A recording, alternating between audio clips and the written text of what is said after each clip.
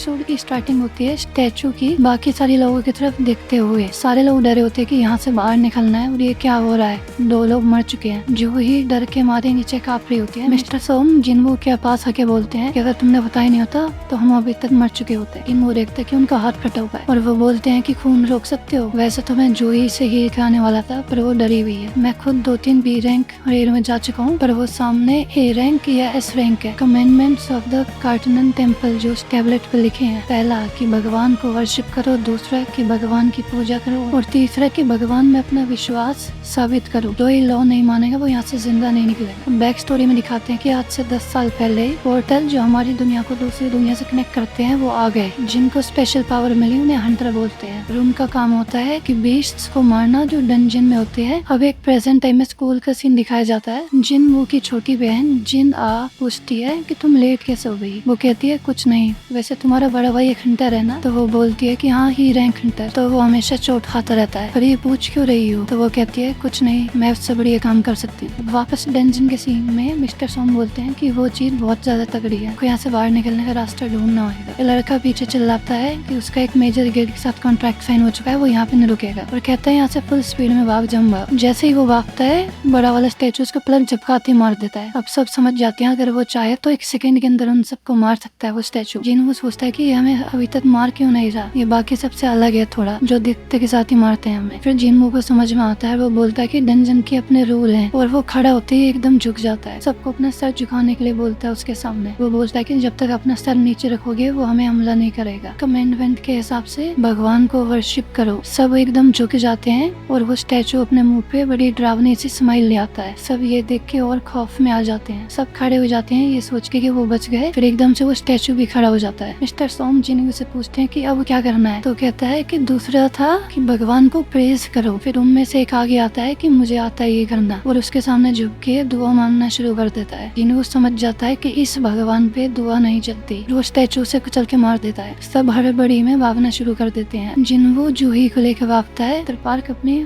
Family को याद कर रहा होता है और बाकी स्टैचू में से एक मिस्टर कार्क को मार देता है। जिन्वो सोचता है कि इस भगवान को प्रेज कैसे करें, ये तो राक्षस है, पर जूही को मैं अकेले नहीं छोड़ सकता। और वो एकदम से देखता है कि बाकी सारे स्टैचू के हाथ में तलवार, हथौड़ा और इंस्ट्रूमेंट है म्यूजिकल। जिन्वो सबको कहता है कि वो म्यूजिकल इंस्ट्रूमेंट वाले स्टैचू के पास भाग जाओ। सारे इंस्ट्रूमेंट वाले स्टैचूज म्यूजिकल इंस्ट्रूमेंट बजाना शुरू कर देते हैं, पर 2 लोग एक स्टैचू पे खड़े नहीं रह सकते। तो जिन्वो अपने लिए दूसरे स्टैचू ढूंढने भाग जाता है।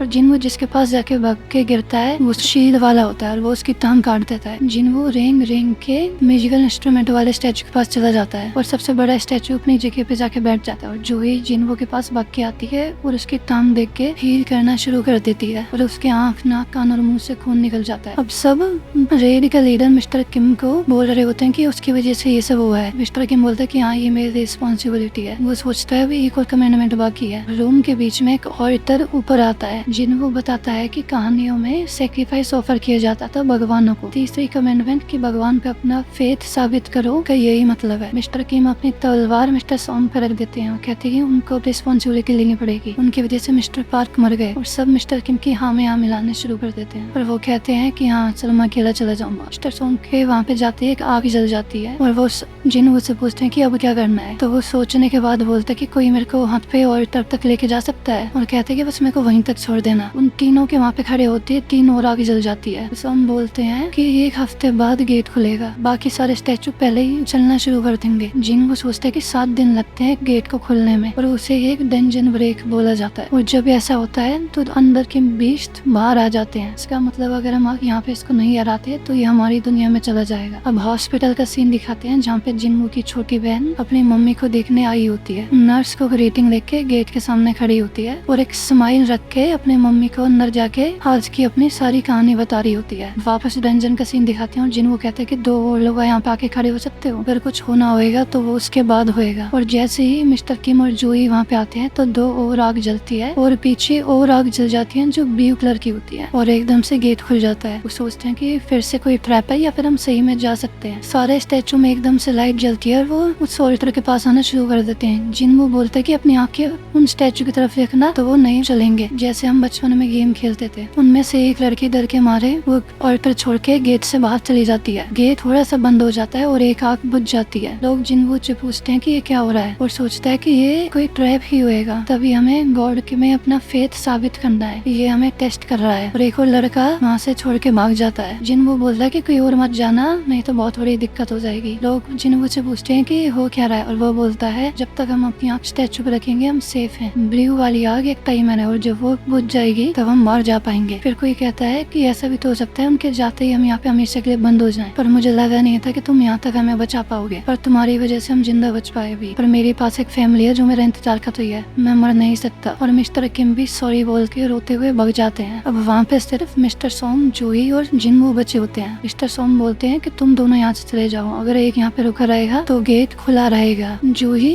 जिनवू को यहाँ से ले जाओ, पर जूही के पैर नहीं हिल रहे होते। फिर जिनवू बोलता है कि मिस्टर सोम को कि वो जूही को लेके वहाँ से निकल जाए। जूही के बस की यहाँ से अकेले निकलना नहीं है, आप प्लीज उनको ले जाओ जल्दी से। और जिनवू अपना मैजिक स्टोन उसको पकड़ा देता है और कहता है कि डिनर का वादा किया था ना, इससे पूरा कर लेना। जब मैं यहाँ से बाहर निकलूंगा छुट्टे लेने आ जाऊंगा। मिस्टर सोम जूही की पीठ पे मार के उसे बेहोश करके उसे ले जाते हैं और जिनवू शुक्रिया करता है। और जिनवू अकेले बचा होता है और वो सोचता है कि अगर पहले पता होता तो अच्छा खासा लाइफ इंश्योरेंस ले लेता। और वो तलवार उठा के बोलता है कि किसी एक को तो अपने साथ लेके जाऊंगा मैं, तो आ जाओ लड़ लो। और वो एक तलवार खाते दूर जाके गिरता है और दूसरी तलवार लगते के साथ ही उसका हाथ कट जाता है। और इस पूरे टाइम वो सोच रहा था कि उसने अपनी जिंदगी में तगड़ा बनने के लिए बहुत कोशिश करी, जी जान लगा दी यहाँ तक पहुँचने के लिए। और सोचता है कि कैसे मिस्टर किम सेल्फिश थे और जो वो मेरे को शुक्रिया कर रहे थे वो सिर्फ एक बहाना था। हमेशा सेल्फिश इंसान का ही सबसे ज्यादा बेनिफिट होता है। मेरे पास भी फैमिली है, मुझे भी जिंदा घर जाना है। फिर जिन वो सोचता है कि शायद ये सही है कि वही मर रहा है बस। फिर वो अपने आप को बोलता है कि क्या सोच रहा है, और फिर वो बार बार बोलता है कि मुझे मरना नहीं है,